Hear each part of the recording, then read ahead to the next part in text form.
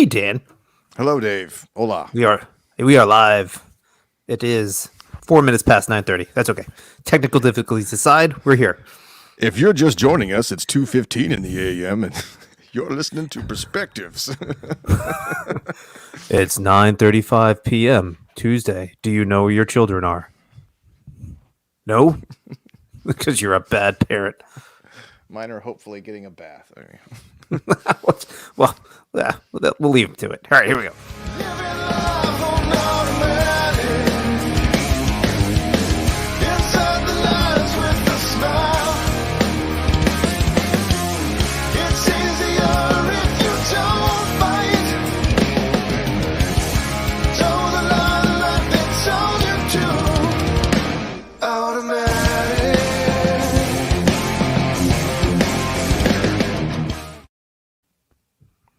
All right. We got one person, so we have to not suck for the next 2 minutes so that one person doesn't leave. We can do that. Hey, man, we are on episode 19. We're pros at this point. Yeah. Super, super good at what we're doing here. Yeah, we got at least a few more before we jump the shark. Yeah. Maybe eventually we can start sharing this stuff with people like we intentionally do it. Yeah. Like we're not ashamed of all of our cancelable views. Hey, okay. So that aside, let's all bask in a moment of glory here. This is something I'm really proud of, Dan. All right. Okay. We did it. We did it, Dan. We did it. Just so you know, we played a huge part in freeing Britney. You know, So our long national nightmare is finally over. It's over. you know, it really is hard to because life is so chaotic and it's hard to find meaning, but sometimes if you could just help one person, you know, Little B, we did it. I'll catch you in the DMs later. I love how those are the two pictures they chose. He looks so happy. He looks like he should be trying to get nominated for the Supreme Court or something. He does. Yeah, that's Who's that guy? yeah. Ashcroft. That's who he looks like. No, I don't know. Ashcroft. No, he's got a Kavanaugh vibe. Whatever. I didn't mean that in any. Allegedly. Allegedly, he allegedly has a Kavanaugh vibe. Party boy. Whatever. All right. So what was it we were going to talk about? I think we should talk about the Joe Rogan COVID thing. Ivermectin, and If the that's ensuing not a metal band name, it should be. the ensuing chaos of death wishes and stuff to that effect. And then if we have time, maybe we can riff on the Texas abortion thing if we run out of time. Yeah, Or that's a not. doozy. Yeah. Basically, we can talk about all the things that unites everybody. Everyone has very common goals and opinions on these two topics, COVID policy and abortion. We'll just wrap it all in the one nice little tight package for everybody. Yeah. It's a feel-good episode There's of the summer. definitely a lack of white, straight male opinions on those topics. Hey, man, I am a birthing person, so let's not prejudge things here. I have opinions here that I can share. But really, though, isn't that one of the dumbest non-arguments? Oh yeah, I understand a person having a problem with it. Say you're a woman and you're talking about an abortion thing, or say you're a black man and you're talking about maybe something to do with the issues. And I see how it would feel kind of insensitive, and it would be annoying to have all of these people lecturing you who are clearly not like you. And I get that. That would bother me too. However, of course, but maybe if a point is good, it's good. And if something doesn't suddenly become logical or illogical because of the genitalia or pigment of a person's speaking it. So it's it's kind of funny because they'll be talking about these men making rules about women's bodies, and it's Joe Biden's a man. Last I checked, yeah, and right. Last I checked, a lot of the people who were really on the pro-life side are women. So it's not just men, you know what I mean? So it's okay, well then you're gonna have to come up with some sort of other argument about that kind of stuff. So I don't know. Yeah, I find that to be like it's one of those arguments that when somebody says it, it makes me feel like maybe they're kind of insecure in their own viewpoint, yeah, for sure. and they need to kind of come up with some sort of like zinger. Oh yeah, well, yeah, this is a zinger. Pardon my zinger. Yeah, but like just the idea like men can't legislate on women's issues. Be like, oh, okay, well that's fine because like Roe v. Wade was decided all by men, so let's just flip that around. Just take that off the table. You know, I mean, sorry, that's just that's the reverse zinger right there. But we don't have to talk about that now. But either way, Yeah. All right.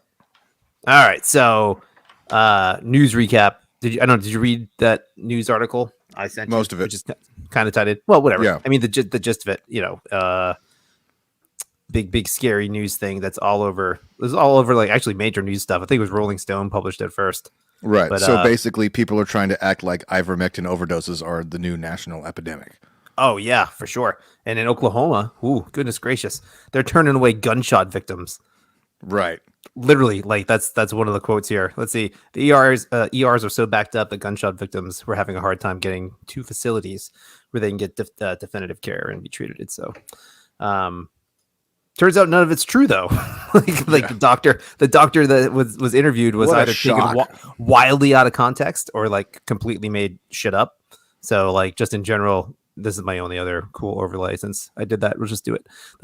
So the quote from the hospital is like, all patients have had that have visited our emergency room have received medical attention as appropriate.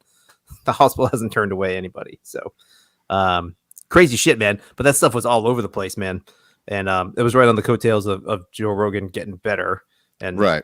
out of the myriad of treatments he had, ivermectin was listed as one of them. Well, right. And it's like anybody who listens to him knows that like this is not a normal man in the sense that like nobody takes, because I was listening to the whole thing he's talking about. It's like, yeah, I was taking that, but I was also like, he was doing like all kinds of vitamin drips and like all this stuff. And like the man is already like a Superman to begin with.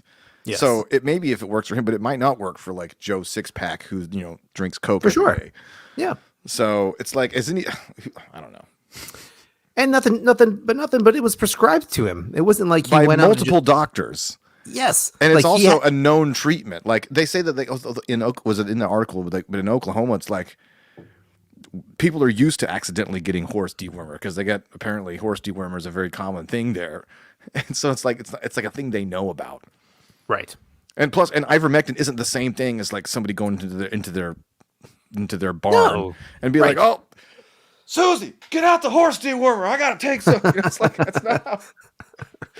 It's the same thing with like the husband and wife who took the Hydrochloroquine or whatever. Yeah. yes, and Yes. it's like, yeah, okay. Well, if you're an idiot enough to take something that's not prescribed by your doctor, then you know what? Right. free country. It shares a common ingredient. It's in there, but like lots of things share common ingredients that you can't just take for whatever purpose you feel like. It's the stupidest thing ever.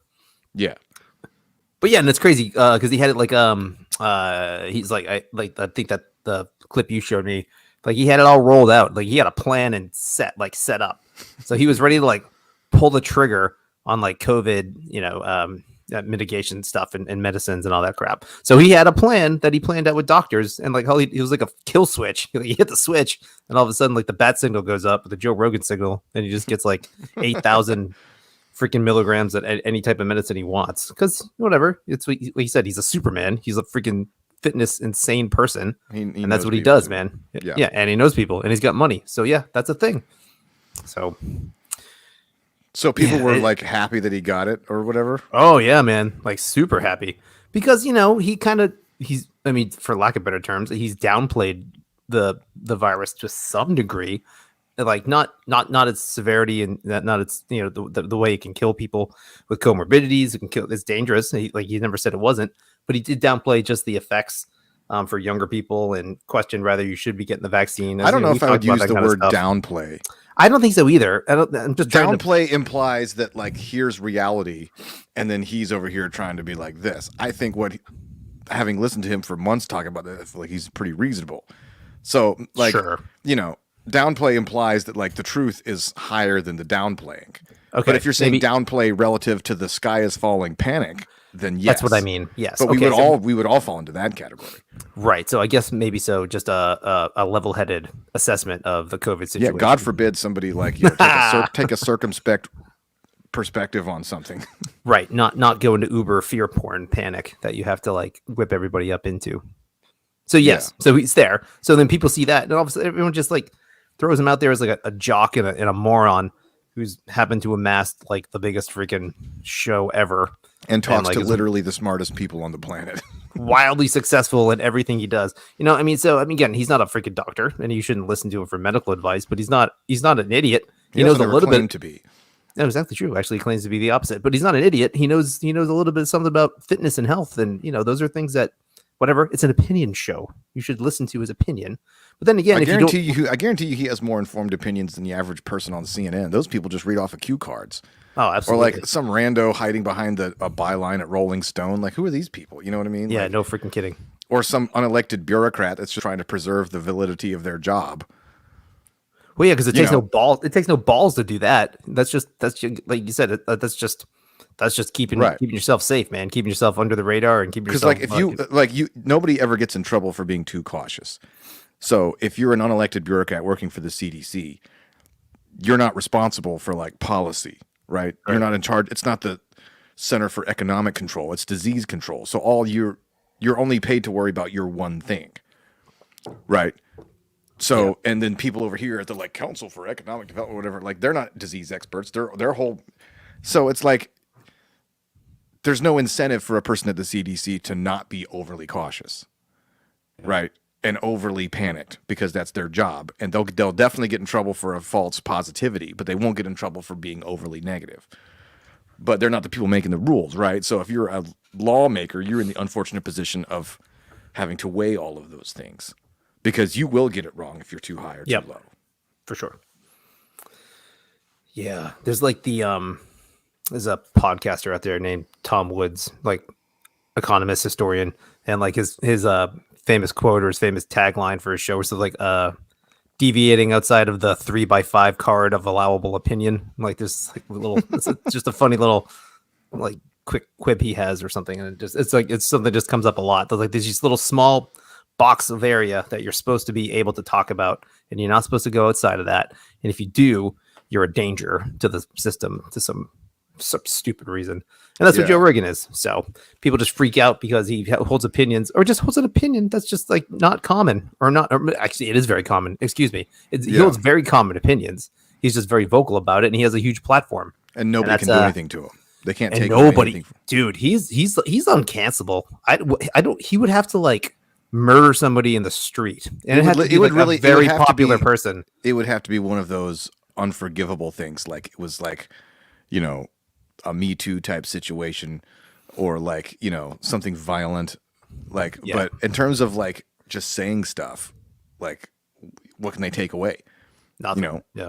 because like Spotify has already basically, you know, illustrated that they're kind of, they don't care. So, although people have their conspiracy theories about that, you know, there's Oh, a yeah? lot. Well, it's not. I think really- I've heard something about this. it's not really a conspiracy, but it's more like when the switch over first happened, when he went from YouTube to Spotify, people were going through and they were noticing all of the episodes that weren't there in the initial upload. Yeah.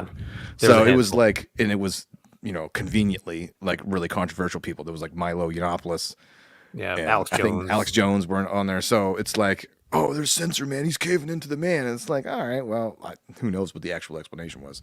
I don't know if they've added those back yet, but I mean, Yeah. No, I don't think they have. But I mean, at the time when Milo Yiannopoulos was on the show, people didn't realize how insane he was. So it was like pre-meltdown Milo.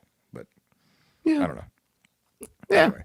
But the other conspiratorial thing that I forget, he was talking like Tom Segura or whoever, but it was like, people are, I don't know if this is true or not, but like the idea that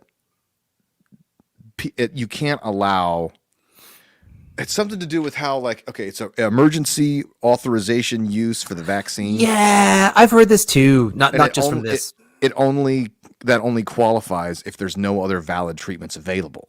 So Yeah. it's in the best interest of the people who are pushing the vaccine narrative to downplay the potential effectiveness of like hydroxychloroquine and ivermectin and Yep. stuff like that. So that's not proof of anything, but it would, you know, if you follow the trail of what people want, and it's like it's clear these people have a vested interest in this. So it's not. They could still be right. Like ivermectin could be like a death trap, but it also would be convenient if it also happens to benefit the people who are trying to push the vaccine narrative. It's relative information. I mean, it's a data point that you have to reckon with. I mean, because you're right. Because if you're not selling the vaccine and there's a free, cheap, and easy treatment once you're sick, then you can't make any money, and you don't have that emergency use authorization. Right. Which I don't know. So I've heard that before on that side of it, but I just didn't know. Is it? I just, for some reason in my head, I just assumed it was like for like type of thing, vaccine for vaccine, treatment for treatment. But I guess you don't need a vaccine if there's a treatment like that's readily available. Well, I mean, the impetus for people to do so is a lot less. You know what I mean? It's like getting insurance versus with a high deductible, low deductible. You know, I just raised my deductible because I'm like, you know what? If I get in an accident, I'll just pay for it out of pocket. You know, and that's what ivermectin is. Yeah.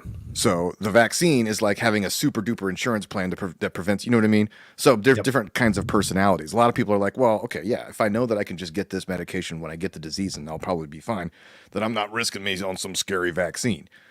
Right. No, I think that opinion's probably not super smart, but at least that's the logic. So they can't allow that to happen. Right. And for the same thing as like they couldn't allow the lab leak theory of the coronavirus to come out, because if they did that, then it made Trump look slightly less insane. And they can't allow that, regardless of how true the thing may be. Yep. So like with the EUA, the emergency use authorization, so that's like no longer would other treatments be allowed under the EUA. So like everything, I think it's like everything's grandfathered in. So like all the other vaccines you can still use. It doesn't cancel out any of the other emergency use authorizations. I don't know the answer to any of that. I mean, because otherwise, then like all the other vaccines would be, you couldn't use them anymore. You have to use the whichever one was it, the Pfizer one that was officially approved. That's a good question. I don't think. I think I'm right with that because I haven't seen any stories to be like, oh nope, now the other ones are. You can't use the other ones. I think you can still use the other ones, but they wouldn't allow like a new experimental one or unauthorized or emergency use one to come in. That's a very good question. Does the current existence of the full approval of Pfizer now negate the other? Yeah, I don't know. I haven't heard anything about that. Yeah, I don't think it does. But regardless, because that would really call into question their whole process, right? Because if it's like, no, you can't get this, it's like, wait a minute. So 5 minutes ago it was cool, now it's wrong. Like, what are you not telling me? You know? Well, I mean, that's the whole thing with emergency use, right? 5 seconds ago it was wrong. Now it's okay because we're allowing you to use it for this emergency situation. But that's the whole that's the whole problem I have with the FDA in general. I mean, you should be able to put a drug out there, and if people want to use it, you put out the side effects and you put out the disclaimers and you sign off on it. You sign off on the risk. You sign off on it, man. Yeah, I mean, I agree with that in theory, but I also there's the cynic in me that's like, yeah, but people can put enough money behind stuff. You know, think about cigarettes. I mean, you know, we knew cigarettes were bad for decades, and then all of the people with their scientists in their pocket and all this kind of stuff, like, managed to get all that stuff out there. Or like high fructose corn syrup, how they basically created this whole low fat thing, which they made everybody think that fat was what made you fat. Turns out it wasn't really, and all this kind of stuff. So, like, you know. Well, that's the opposite, though. I mean, what I'm saying is, like, if there's a medicine out there and you're dying of cancer, you'd be like, I'll try it. You're like, no, that's not safe for you. You'd be like, I'm gonna die.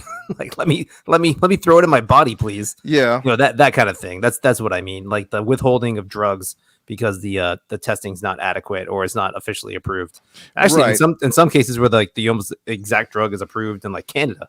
And you have to you can't get it. It's stupid. Yeah. Although I do think, I don't know, there's a part of me that thinks that maybe some of that bureaucracy is as almost like a useful idiot kind of thing, because you just know that the easier they make it on paper, you'd be like, oh, it's easier for people to get stuff, but like, there's going to be somebody who's going to profit off that, right? So there's going to be some drug company that's like paying off doctors to prescribe stuff. And you're like, look, they're terminal anyway, let's like, just because then they can use them as their case. I don't know. Like, oh yeah, well, I mean, sure, but I mean I don't see how they're doing it. That's how they do it anyway. They just do it in longer controlled studies. So that's true. I guess it comes down to like, and I was thinking about this. Hold on. I was thinking about this the other day, but it's like the idea of like if you look at like life as a game, or if the economy as a game, the government is supposed to be like the ref, right? But not that not is the a, fairy tale theory. Yes. not a participant, right? Like, Yep. so where does that line go on? You know what I mean? So it's like people like me who are like, well, good old government getting involved in stuff. And I guess like the caricature of that would be to think that we need to have like no government and everything should be insane. And I'm like, okay, well, that's kind of an unrealistic way of living, given what we know about how people operate, right? Otherwise, it'll just turn into Mad Max. But or like feudal England or something like that, where you just like the powerful people, So, but it's not that I'm opposed to like regulations and laws and things like that. But it's the idea where you still have to give people enough freedom. Sometimes that freedom is freedom to hang themselves. So it's like, at what point is the government regulating? All right, are you guys playing fair? Okay, that's great. But you can't be playing favorites, right? Which is what happens when you have the government interfering with like Wall Street and stuff like that. Like, I guess if they don't interfere at all, then you get all these like Gordon Gekko type people who are just, but it's like, okay, yeah, you keep these people from screwing other people, but that's it. If somebody happens to make a good play, that's on them, right? Or if somebody else makes a horrible play, or if you discover these giant corporations that are really corrupt, but then you're not going to allow them to fail. You're going to bail them out because they're important. Like, that's where it gets right. Everything gets all crossbreeded and stuff like that. Yep. Yeah, that's where it's a hot mess for sure. Yep. But Bill Burr, my Bill Burr reference of the day, his whole thing is like, you know what? Every politician should make like $1 million a year. Because it's like the president, what, he makes like $200,000 a year. Like, you're just asking for these people to take payouts. They should pay all of them like at least 7 figures. That way, they're not nearly as tempted by this DuPont over here is trying to give them money, right, or like this corporation or that. It's not a bad argument. Or don't pay him anything, and then see how many people want to do it. Like, but whatever. Yeah, but then you get like crazy radicals who are like, I'm not in it for the money. Yeah, no, everyone who's in there is pretty level-headed right now. So, yeah, good point, Dan. We don't want radicals in there. Oh, my God. Jeez. Well, what is it like they say? You look at there's a chart that says, like, the highest paid public employee in every state, and it's all, like, basketball coaches. Yeah. Or in the case of Indiana, it's, like, football coaches or whatever. It's like, Yep. Yeah, I remember the public listing of professors and staff at ECU, and it was mostly sports people. And, like, on some of the professors that I saw that were really high up there, I'm like, that person was a terrible professor. Good Lord. Yeah. And then you got like the what was that show from the 90s with the really cool teacher? Was it Mr. Cooper? Hanging with Mr. Cooper? Yeah, was that a show about a teacher? Yeah, he was a teacher. He was a gym teacher. What was that show that was like this teacher that inspired everybody? Who was that? Anyway, it doesn't matter. But like, that's the person who would be making like $25,000 a year, so that the state comptroller can be pulling down $60,000. Welcome back, Cotter. I don't know. That's from the 70s. Yeah. Anyway. Oh, this is gonna kill me. I hope you come up with his name now, because I'm just thinking. My knowledge of 90s television is not as extensive as one might expect. Yeah, it's sad. Real freaking sad. Another thing with this whole Rogan thing in the media, like I saw some different screenshots of like his Instagram video with his announcement of him having COVID, and like there was like, here's the Instagram feed, and then like a side by side of the news feed of his Instagram feed, which were like gray shaded and like made him look like yellow, and like he had like freaking typhoid fever. Like he looked so sick in one of them. That's and then the other hilarious. Yeah. And everyone's like, there's a bunch of them too. It wasn't just like one of them. It was just like, well, this is kind of a dick move just to like try to prove your point and do that. Cause they did the same thing when Trump got the Rona. Yeah, they tried to make him look sicker, more. No, I meant just like the general gloating and. Oh yeah, that right. Yeah, man, that's such a creepy thing, dude. Or the people who were like, well, the hospitals are all full of all these Republicans. I guess that means how the election's going to go next year. It's like you're entitled to your opinion, but you're basically just revealing yourself to not to be an asshole. Yeah, for sure, man. Like to actively be like gloating and dancing on someone's potential grave, or literally to grave. Like there's people who like some prominent right wing person dies because they don't take the vaccine. They're like, ha ha. Yeah, who was Darwin- that? There's been like a bunch. I mean, in all fairness, there's been a lot of them. yeah, who was that guy that was early last year? Was it Ben Carson? No, No. it was somebody. Oh, Herman Cain. That's who it was. It's like, wow. The 999 plan. I forget what they even stood for. Something with percentages of taxes and stuff like that. But yeah, no, Herman Cain died at a Trump rally, actually. So That's right. Yeah, I remember that's that. right. now. So everyone was super happy when he died because everyone's kind of evil. So It just shows Yeah. that a lot. Well, I mean, you see the same thing on the right. I mean, I'm not to pick on the left, but it's like, you know, yeah, there's a general lack of recognizing the humanity of people. And I mean, look, there are a lot of dumb people out there. Like, I mean, you scroll through and you see arguments about stuff, and some of these people you just thrown out. I'm like, okay, that paragraph had 6 sentences, 5 of which are completely just insane. And I'm just like, who are these people? And it's like, like friends of friends, like talking about stuff. I'm like, there are people out there who just believe with every fiber of their being some of the most insane crap. yeah, And it's like, I'm sure people are saying that about us, but it's like,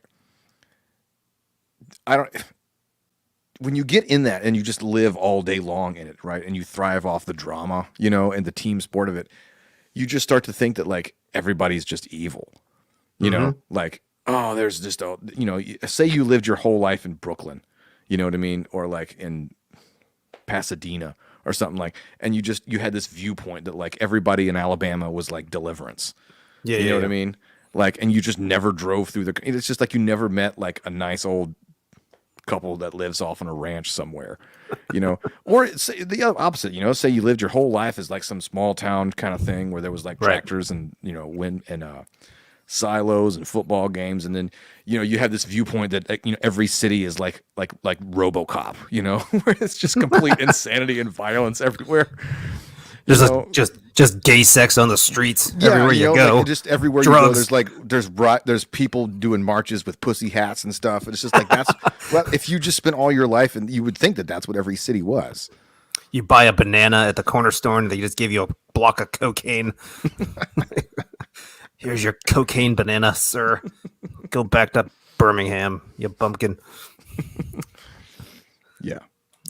Yeah, no, for sure. Everyone falls, or not everybody. It's easy to be susceptible to that if you live in that kind of echo chamber, or you just don't know what's going on, or you're not familiar with other. You're not just you haven't experienced other people. You haven't experienced other situations, and that's not. I mean, it's less common nowadays given technology and the internet and the world, but I mean, it's still freaking common, man. I mean, you can be pretty isolated if you wanted to, or just not have real world experience with it. You know what I mean? Like it's one thing to read, it's one thing to see, one thing to listen, but it's another thing to actually be there and meet people and really kind of chat and get a feel for the other, in your mind, that other person, that other type of person that you're either scared of or worried about or apprehensive about or just don't know anything about. It's a defense mechanism, It's like I remember as a younger person in my early 20s, like having this viewpoint of like business people. You know what I mean? Like, kind of like on Futurama, where it was like, there's that one episode where Fry, it was like a Wall Street broker. He had like the French cuffs on his shirt and everything. Well, like the that. 80s, the 80s guy. He's in the That's yeah. right. He's in the Frozen group, like Anonymous, like the Frozen Anonymous. Yeah. So it's like that was this view. I had never seen like Wall Street or anything like that, but like that was the viewpoint I had of like the people who were businessy. You know what I mean? Like, or like, you watch like 2 episodes of The Office and you're like, yeah, that's why I don't work in an office, and it's like, that was a caricature that I created in my head as a way of avoiding personal responsibility and joining the real world of adults. I was like, I'm working for my, you know what I mean? Like, I'm not working for my stuff. I literally remember saying that like it was some sort of wisdom bomb. You know what I mean? Because like, yeah, look, everybody out there making their stuff, but then they got to pay for their car and they got their house. You know what I mean? They got all these vacations where they're going. And it's like, well, okay, well then what do you have? You got a beat up Geo Prism from 1996 and like From your parents. a guitar with 5 strings on it and a collection of secondhand DVDs. Like, so Hey man, But I created that. A copy of Twister would last a long time if you keep it going. Yeah, except that the copy of Twister was like one of those early like letterboxed things. Ah, so the if you watched letterboxed it on a versions. widescreen TV, it had like black bars on the top and the sides. Super annoying. Really takes away from Philip Seymour Hoffman's stellar role in that movie. Yeah, It's a great damn movie. it really is. I that's one of the top 10 disaster movies of all time. I think it's because it plays the formula perfect. You know, it's like when you listen and you hear like a pop song that like it gets to the chorus within that first minute, and then the second verse does something a little bit different, and then there's a bridge that's like a tight 4, and it's like, all right, I know that this is not breaking any ground, but it really just plays all the beats exactly right, and it does it with enough of a twist that it's not insulting your intelligence. Yeah, That's what Twister is. and mid 90s graphics for what they were, not bad. Still holds up. Yeah. It's pretty good. They could be worse, but And then there's that part in the middle where they're chasing the storms and they're listening to Van Halen, and then it turns into like the orchestra song from the soundtrack. Then doesn't he get over to Ted Nugent? Is that part of that? Is that the same montage? Maybe it's Is that Aerosmith. No, I don't know. There's several driving montages in that film. There's one where it's like, I mean, they paid more for the songs in that movie than they did for Bill Paxton's entire salary. the soundtrack's killer, man. It's a good soundtrack. Yeah. It really is. Okay. And because they have so many gratuitous scenes of them just sitting in the van, like watching music videos as a way of like just like product placement and stuff. And it's like, these people are running for their lives. They're not going to be sitting in the van watching a giant TV of like Eric Clapton playing some song. Say, man, you're in the Midwest. What are you gonna do? Come on, you're chasing tornadoes. There's not much else going on. You got your VHS. You got your That's All a Rush. gross over stereotyping of the Midwest. It is. That's what I'm going with. You got your All Rush mixtape. Your bottle of Shasta. Oh, I got it. So because it was written by people from LA, that's what they think everybody in Kansas is like. Yes, exactly. See, that's how we're tying it all back. There we go. It is. That's how we came back. Is it Aunt Meg? Aunt Meg. Country bumpkin, slaughters her own cows. Yep. Why do you guys call Billy the Extreme? the girlfriend. I got to call you back. We got cows. That's funny. Yeah. I might watch that movie this weekend. That's a whole other topic. Like, bad portrayal of Southern characters in movies. That'd be fun. I'd have to think about some. I can't. Pretty much every time Julia Roberts plays somebody from the South. And then like, what's his name from Andrew Lincoln from The Walking Dead? Because he's British. Oh yeah. You know, he's like Coral. Yeah, but it's sparked a million great memes. So what are you gonna do? Yeah, that is true. I'm appreciative of it. Yeah. So semi-related. Have you ever watched the movie Deliverance? Yes. It's really good. It's disturbing. It is a very good movie. It's so well. Yeah. I never seen it. Like I remember my parents telling me about, oh, that's a horrific movie, and my mom hated Burt Reynolds. But then, so it never came across my radar. But then it was like on Netflix or something a couple years ago. I'm like, I should watch this. It was like, kids had gone to bed. I think that's what I did. The movie's amazing. It's so, and like what's so cool about it is the way it's like it's like a portrait of masculinity. And so like each guy represents a different like male archetype. You know what I mean? Like Ned Beatty is this sort of like, doughy office worker guy who's like kind of the modern man in one way. And then like, Burt Reynolds over here is like this ultimate macho alpha male, but then he gets hurt 2/3 of the way and has to be carried by the omega male in the middle, John Voight, who's like not overly, sensitive, but he's not overly manly. He's just a regular guy. And like, I don't know. I think it's a really smart movie. It's pretty good. It's good. It's dramatically put together really well. It's intense. Like it's good. Yeah. It's like, banjo and butt sex jokes aside, but I mean, it's all still a good movie. Worth it. If you like banjo and butt sex, you'll love Deliverance. Butt sex or butt sex jokes? Because I think there's a distinction there. I'm not hearing one. Sorry, what? Well, I'm just kidding. If that was the tagline, it might be advertising a different type of film. But if you like banjo music and the threat of butt sex, then that changes the tone right? Yeah, it does. It does. That's We've why I'm not a marketing we've already guy. violated the community standards. I'm now. not. I'm not. Yeah, we can't upload this one to YouTube and say it's for kids.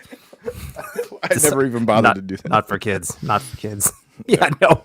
I never said yes. This is for children. They should watch this stupid thing we do. You got to imagine there's trolls out there. Like, who's policing that? Right?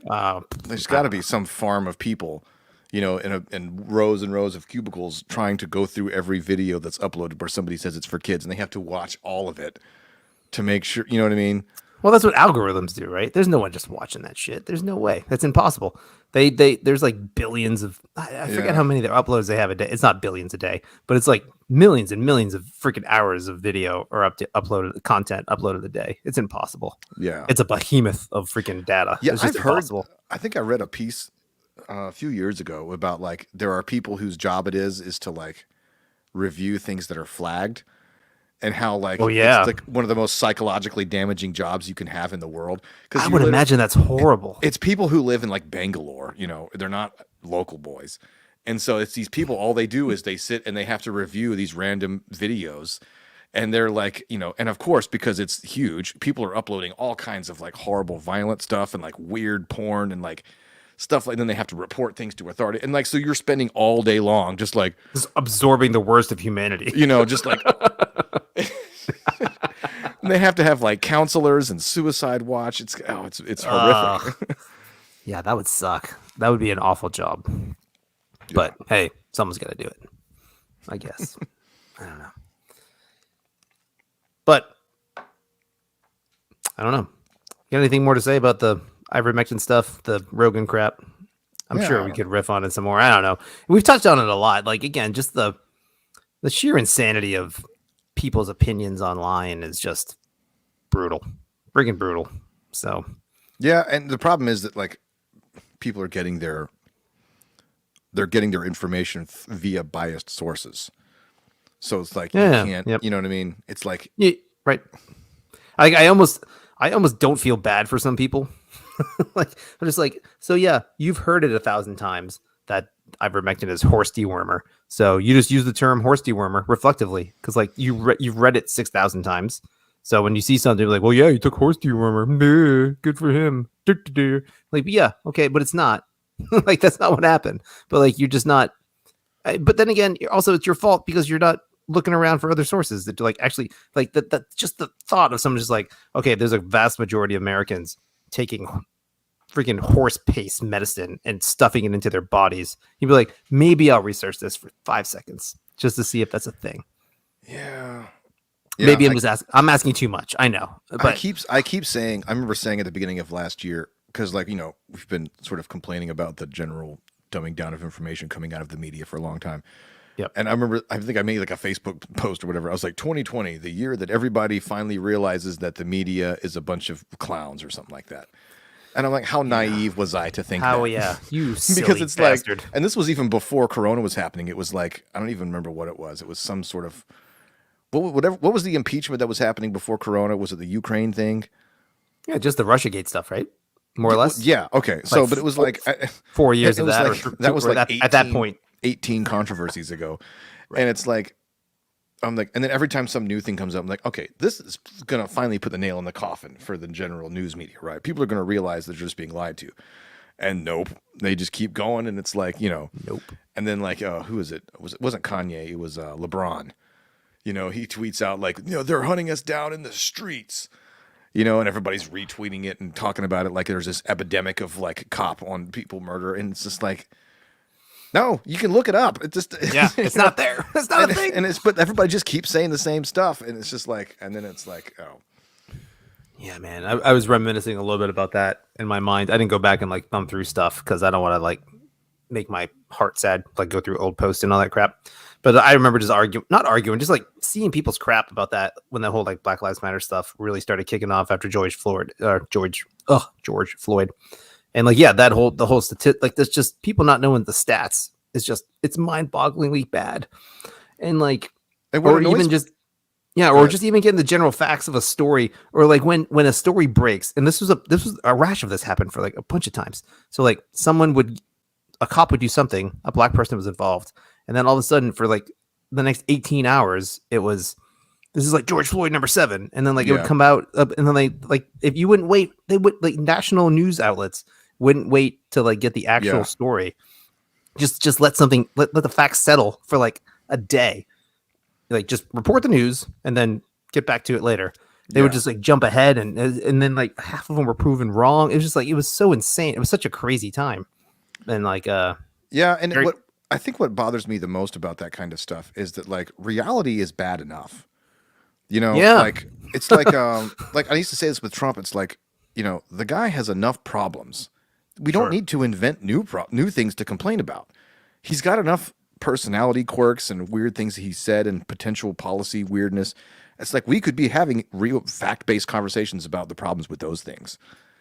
And we don't even have to invent new stuff. But the problem is just like we make a mockery of the whole thing because people just make up crap and they say things that are blatantly untrue. They call him a fascist and all these ridiculous things. And it's like, why can't you just stick to what he's actually his real problems? Yeah. And making up new ones. And so the problem with like a lot of that, you know, the extreme BLM narrative, it's like you can have a great conversation, and there is, I mean, we would both agree, there's a lot of work that could be done to alleviate a lot of these problems. Yeah. We could talk about those things while still recognizing the facts and not having to make stuff up. And it's like when people take it to the extreme and they exaggerate it way out of proportion, it gives like, you know, people who aren't sympathetic to that kind of thing ammunition to dismiss all of it.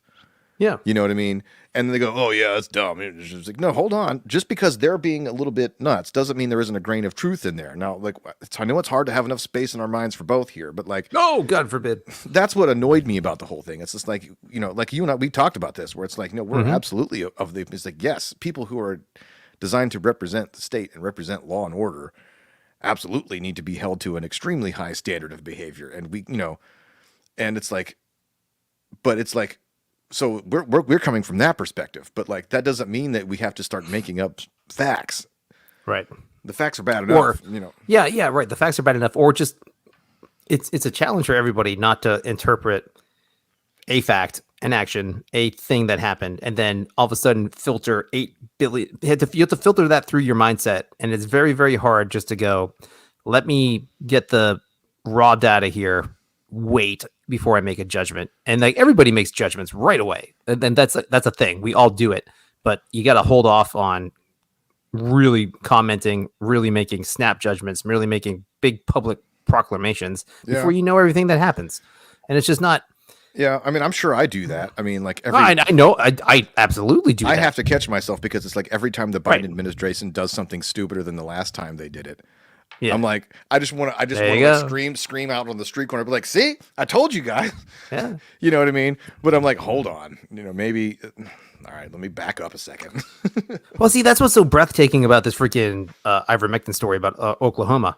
Like, huge ass news outlets didn't take 5 seconds to maybe call the doctor, call the Oh, yeah. hospitals. Like, At least get Like- a pull quote or something. dude, we're talking like MSNBC. The one I pulled up, or was that the one? I think I took a pull shot from the Guardian. So like international news, like huge. So it's an international story. Like once the Guardian puts it up there, I mean it's international and the US does it, but like just and then Yeah, and couldn't then- they get like Connie Chung or somebody to like stand in front of a hospital in Connie Oklahoma? Be like, Chung. I'm standing here in front of a hospital, Tom, and we're reporting, you know, and at least read some numbers. I know it's weird, man. And then like so the retractions on those things will be like one little sentence or like a very small follow up story, and be like, oh, They don't by even the do way, retractions anymore. What they'll do is they'll change the fact check from wrong to misleading to lacks context. or they'll just do an addendum at the bottom of the story and say updated. By the way, doctor's full of shit. Sorry, shouldn't have posted this. More or less. I mean, that's really what happens. Yeah, pretty Yeah, no, God, the freaking I don't the lacks context. What a fucking bullshit way to freaking not own a mistake. No, that's not true. It just lacks Yeah. context. There's nuance here that you're not seeing. We're not going to explain to you the nuance, but instead of just going, yeah, we screwed up and it's totally wrong. We're still going to say it's kind of right. You just don't get it.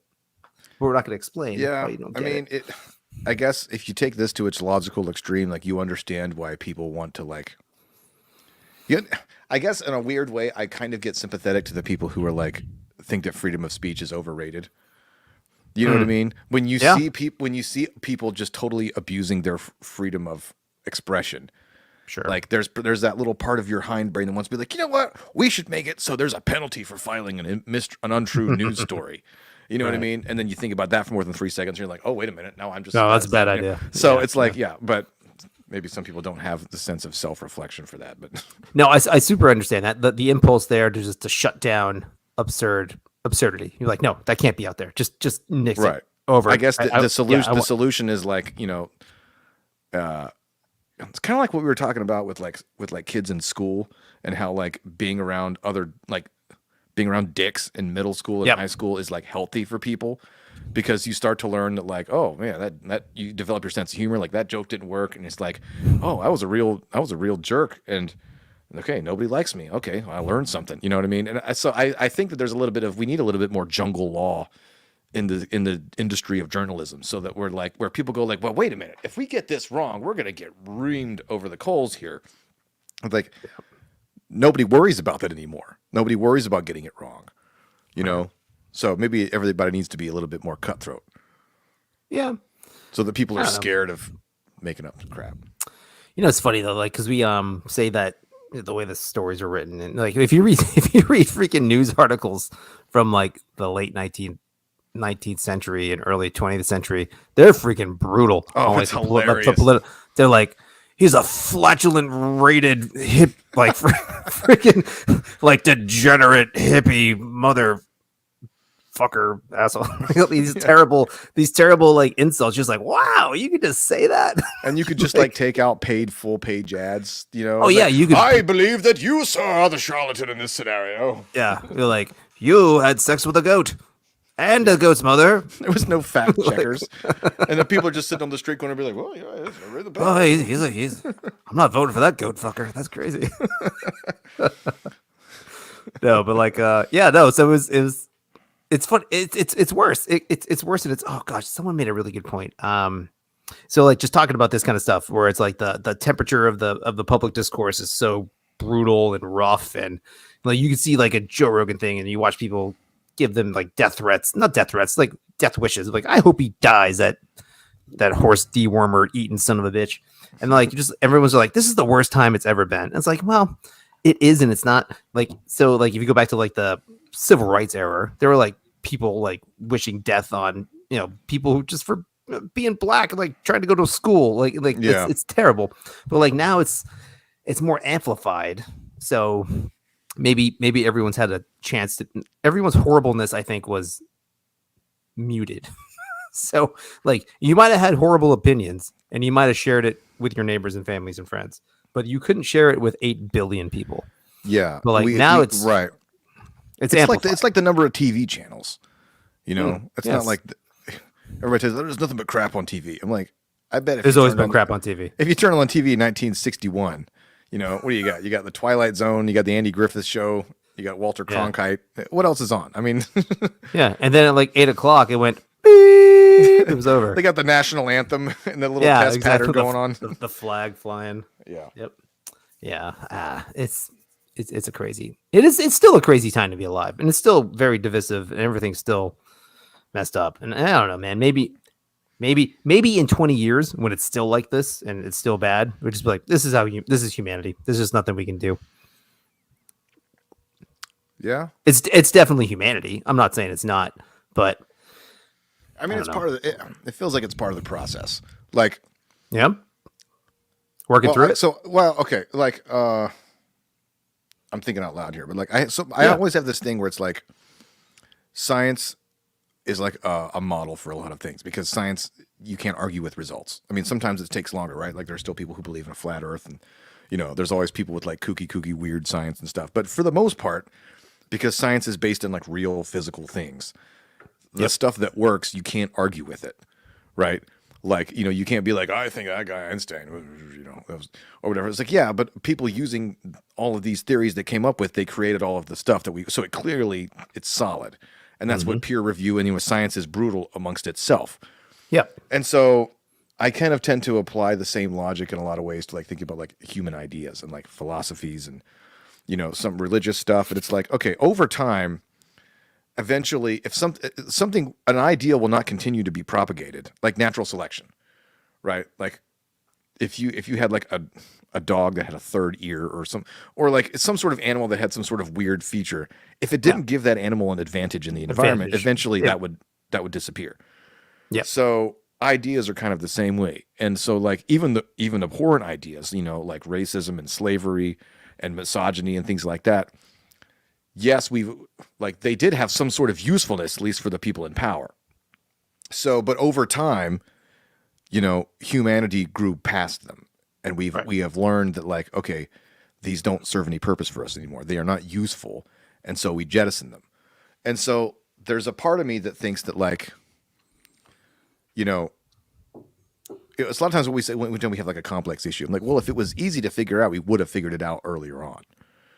You know what I mean? Like talking about like, something esoteric, like, destiny and free will and stuff like that. Like that stuff that's kind of impossible to get your head around. So, which is why we're still talking about it thousands of years after humans started talking about it. Other stuff like, okay, wheels roll better than squares. Like that was easy. So it's settled. There's science is settled. Some of the stuff like, as a society, we are progressing in many ways. It's much harder to find mainstream voices that are like, the blacks are subhuman to whites. Like nobody's saying that because thank God we all, as a species generally realize that not only was that abhorrent morally, but it was also not useful. Right. So my gut is telling me that like when you have ideas that come out that are clearly based on people's emotions or their own like psychological needs, eventually maybe they'll just die off because they don't actually produce anything.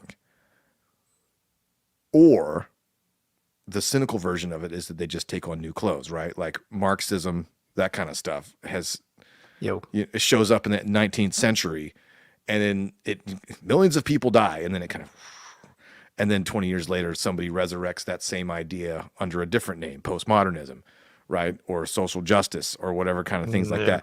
So there are certain ideas that are just like innate to human nature that are never really going to go away. But maybe as a society, we become better at noticing them. You know what I mean? Like, yeah, like the idea of like a totalitarian, like capitalism. Capitalism kind of came into its own in the last, few hundred years, clearly demonstrating that it was a superior way of operating compared to everything else, which was just like, feudalism and like random empires and slavery and all this kind of stuff. And so now most countries in the world are not that way, with a few exceptions. So maybe there's a silver lining that if we can avoid killing each other long enough, eventually we'll all start to realize what stuff works for the general human flourishing and what stuff doesn't. Maybe. I wonder if it's like, again, thinking out loud. Let's do that here. Pontificating here. I wonder if it's like a hierarchy of needs thing on like on wide scale.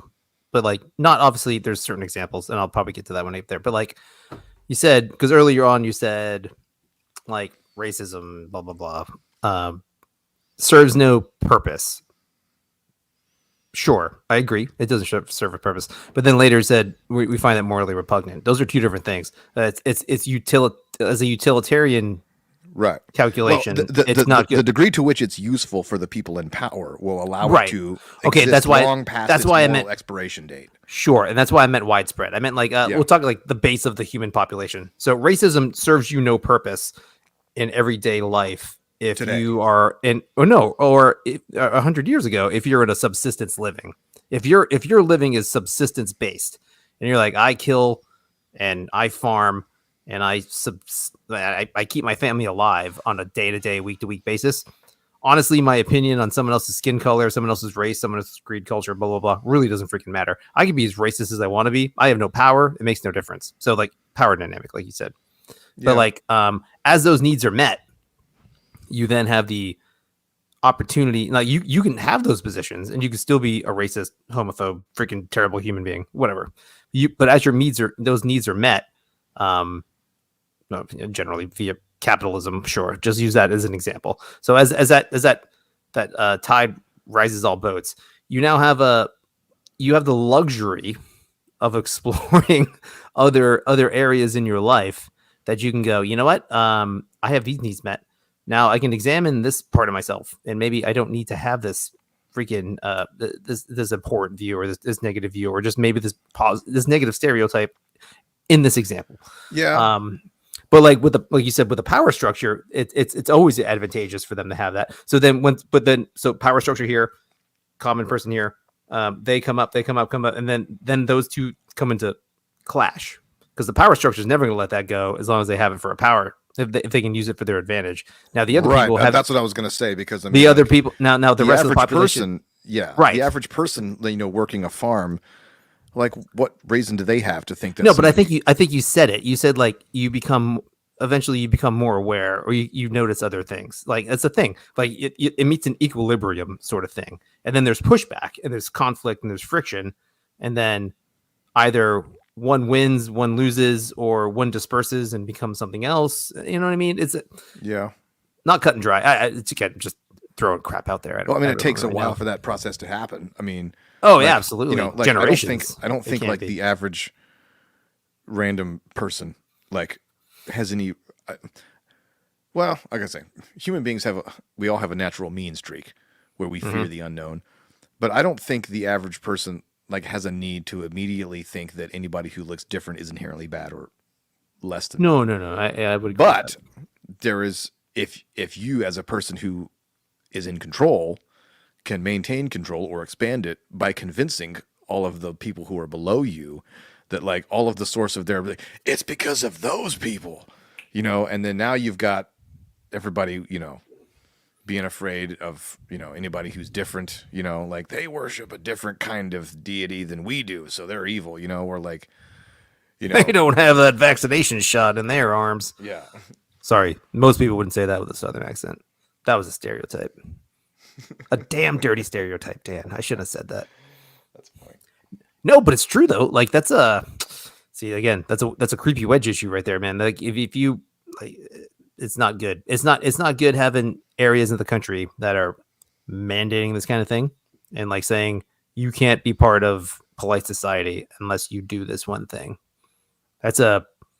What it does is shifts blame and burden onto people who actually might not even have a burden, because maybe they can't, like, legitimate burden. They can't do it. They can't take the vaccine, or they just don't want to. And I'm sorry, man, you don't have that right to do it. And then, but to make it an issue where it's us versus them is just a negative.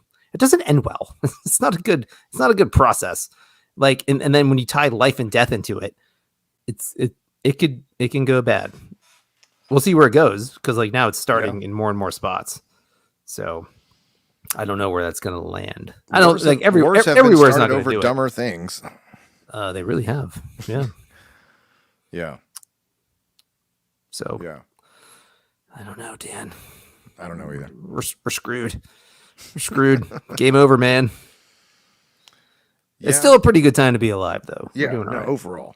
Yeah. I don't know. I guess I come back to this a lot because people use like the idea of like ideas as like science. There's like a science of morality is something I've been pondering for the last few years, because it's like, what do you mean a science of morality? Well, it doesn't make any sense, but like the idea that like we have a scientific method that, while imperfect and sometimes painfully slow, overarchingly tends towards progress, right?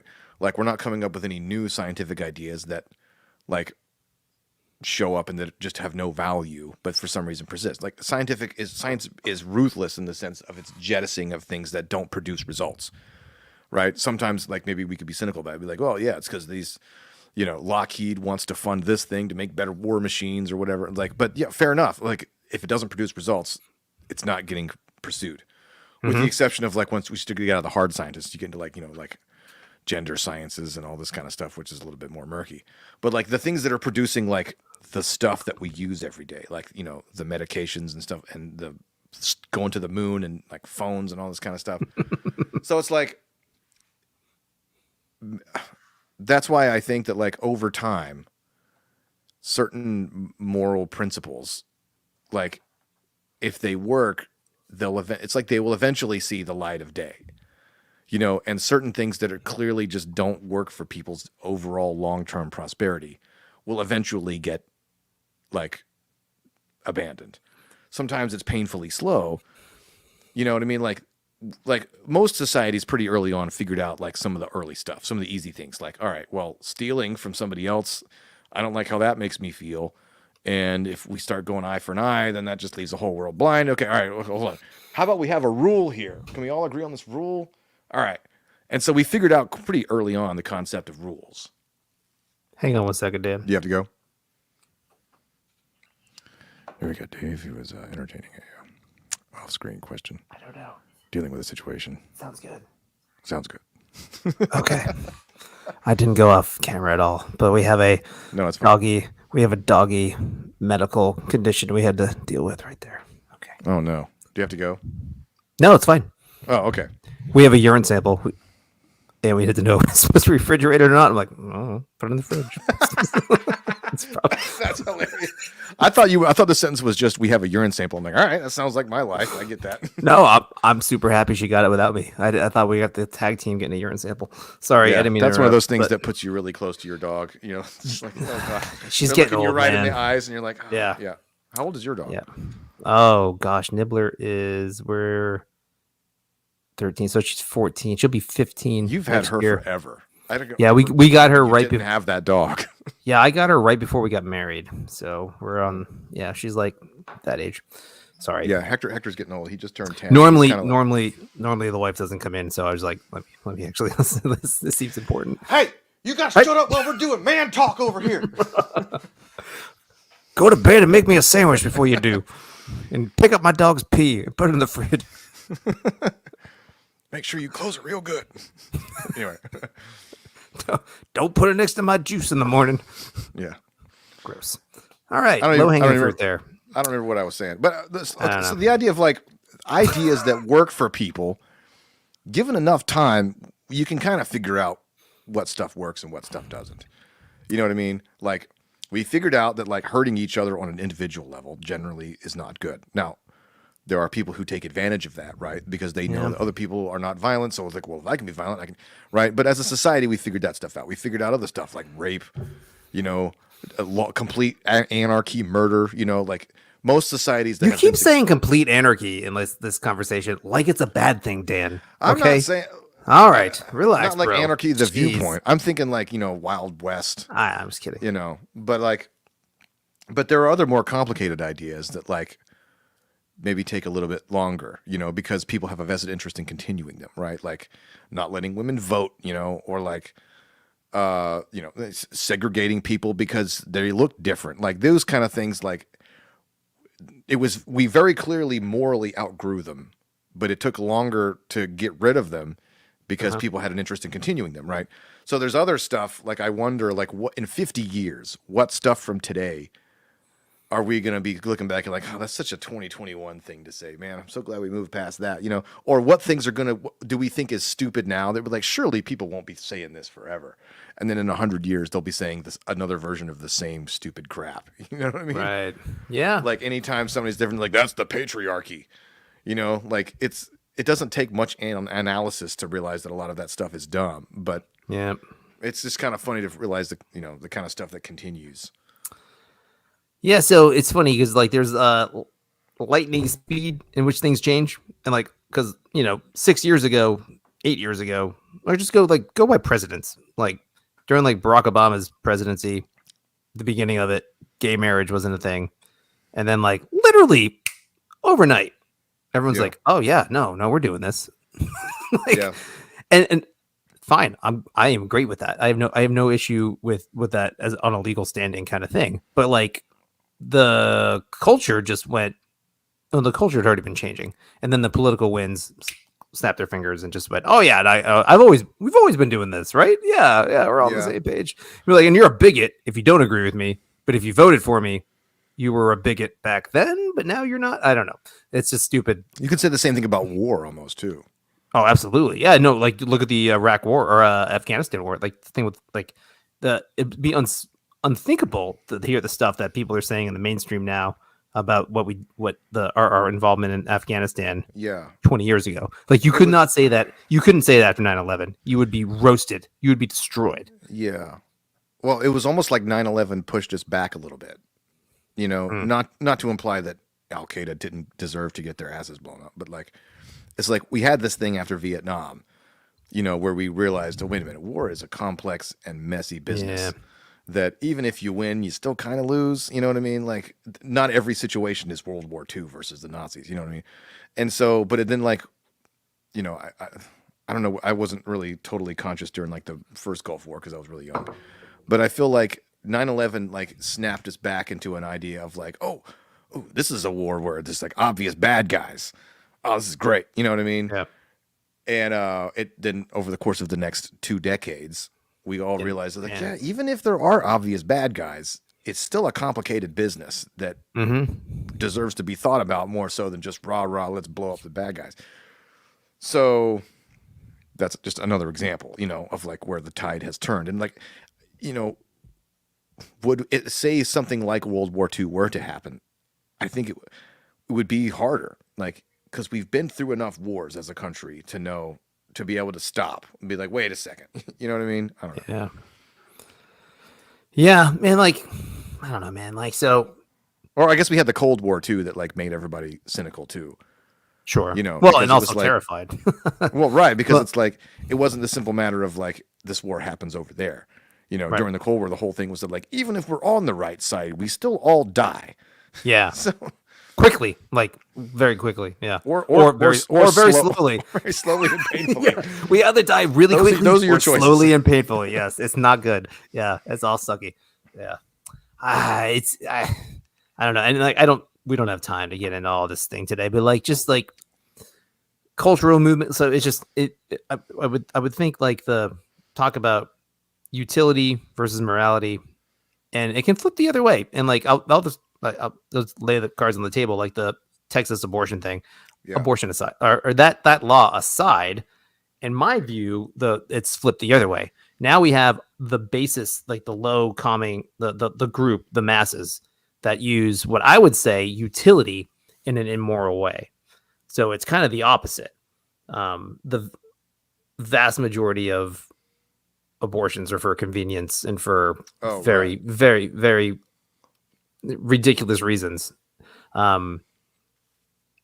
If you want to make the argument, again, the argument then be like it's not a person, so therefore whatever. But those are whole arguments aside. Yeah. So if abortion is killing a person, you're killing a person for convenience.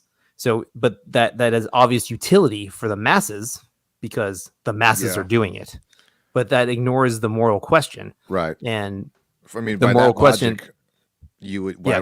why don't we just euthanize everybody with Down syndrome or anybody Well, over the that's a- over well, a, that- over a certain Yeah. age who doesn't have mental capacities? Just right. Well, it's effectively what we do. Right. We just do it at a very young age. But like the top people really don't. I mean, there is an advantage for them politically, I guess. Not a whole lot. And there's not like a huge medical industry there's a very niche and like medical industry that makes money off that. So it's not that it's kind of in reverse, I think, That's an in that interesting situation. observation. But and then like and again, just in general, I don't think the political answer. I mean, whatever, you can make a political answer, and you can be a freaking police state that ends abortion. Yeah, it's an overnight. interesting scenario. But, like- in the sense, go ahead. Well, but like just to finish that thought, you could be like you could top down make it happen in a very probably violent and uproarious way, which is actually kind of easier than like a cultural change. The cultural change takes a lot, and I don't think anyone has a good grasp on how to do that. So there's been a cultural change Yeah, that probably maybe that's why it's been such a contentious issue. yeah, for sure. But again, I don't want to. I mean, along those lines, I'm happy to keep talking. We don't. Have to, I don't want to like get into the whole Texas thing. It's kinda Well, I late, mean, but- it's one of those things. Kind of like I was saying earlier. It's like if it was easy to figure it out, we would have figured out. You Right. know, like take gay marriage for example. Like the path towards a gradual cultural acceptance of gay relationships Mhm. was operating on a pretty steady 1, 2, 3 path to eventually to where it's got to where we are now. Yep. And it's like as that train was moving, nobody really was able to come up with any sort of large scale objection that really took hold with the cultural at large. Yeah. right? And so we get to True. the point now where it's like it's really hard for anybody to come up with a reason why that shouldn't be allowed. You know, so abortion's obviously astronomically different because there's some really huge question marks in the Right. whole thing. And it's like even if one person does decide, oh, I know exactly what this is, they have no tangible or concrete way of convincing somebody else of that because it's all a question mark, right? Like a staunchly pro-life person has it's really hard for them to convince a staunchly pro-choice person that life exactly begins at this point. It's very hard to pinpoint because then you're talking very existential, like philosophical questions of what constitutes life and consciousness. And these Absolutely. are things that Yeah. neurologists can't answer. Yep. And so you end up having to either invoke religion, which is not a given because the other person may come from a completely different background. So it's like it's inherently hazy. So that's talk about a can of worms full of little bitty can of worms. It's just Right. like, And but then on I top guess- of that, no, go ahead. Go ahead. Sorry. No, I was saying on top of that, kind of back to what we were talking to before, on each side, for better or for worse, you have your directives, you have your slogans, you have your oh right, yeah, that was the next point. I am definitely on this side. I'm going to state these points verbatim. I'm just going to throw them out there, not even in response to your argument. I just like these are just my arguments. I put them out there, and I'm not going to argue back and forth. So like culturally, people are stuck in their own sections. Now, again, one of them is right, one of them is wrong, Yeah, and we don't have to talk about that now. But like, just like for instance, if I'm right that killing a child is wrong, you shouldn't do that. Then abortion should be you should not have an abortion. Like you should be pro-life. That's my position. Like I don't take a political stance on it. My position is you should be pro-life. You should support that as a person. as a person, that should be your stance, and you should share that with people and do the best you can to influence the groups around you.